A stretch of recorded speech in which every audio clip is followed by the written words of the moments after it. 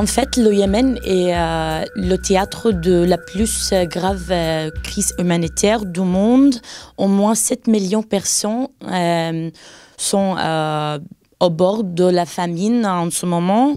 Et selon l'ONU, depuis la guerre a commencé en mars 2015, les civils qui sont tués, blessés, ils sont plus de 13 000 en fait. Comment est-ce qu'on arrive à mener des recherches, à aller dans ce pays qui est fermé au monde? Depuis l'année dernière, ils ont stoppé les vols qui visitent Yémen, les vols commerciaux. Après ça, on a utilisé les vols pour l'ONU, mais c'était une fois. Après ça, on a bloqué l'Arabie Saoudite aussi et le gouvernement yéménite a bloqué notre accès à ce vol aussi.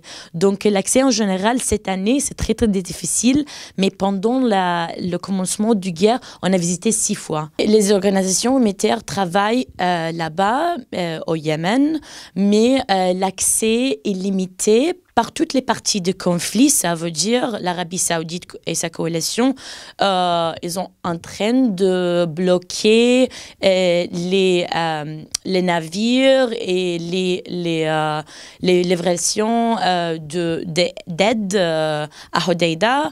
Les hôpitaux, depuis la guerre a commencé en mars 2015, ont attaqué par toutes les parties du conflit, particulièrement l'Arabie Saoudite et ses coalitions. Comme vous savez, par exemple, il y avait 4 attaques contre les hôpitaux de Médecins sans frontières, par exemple, depuis le commencement de guerre. Pourquoi, à votre avis, il y a ce tel silence assourdissant, notamment de la France ? Oui, c'est une bonne question. Pourquoi la silence sur Yémen en comparaison avec la Syrie et l'Irak? En fait, premièrement, il y a un lien avec le conflit au Yémen et la France. La France vend les armes à l'Arabie Saoudite et aux Émirats.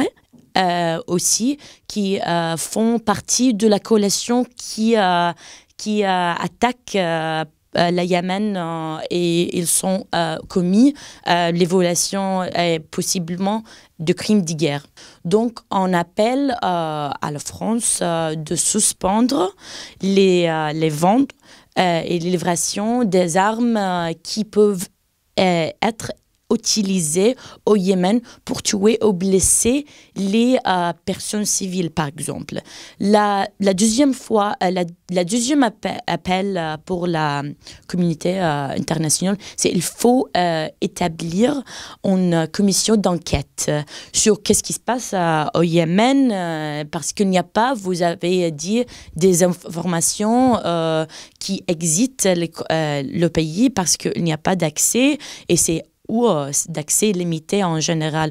Donc, il faut créer ou établir une commission d'enquête internationale indépendante menée par l'ONU pour établir les faits sur le terrain au Yémen. Est-ce que parfois, quand vous étiez là-bas, vous avez eu peur pour votre vie ?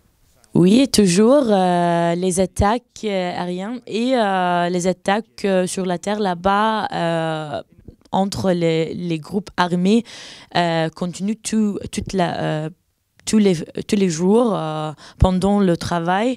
Mais je crois la situation, ça vaut le coup de visiter, de documenter, de prendre l'histoire du Yémeni qui n'ont pas de voix au stage international. Donc oui, ça va pas le coup. Ça vaut le coup.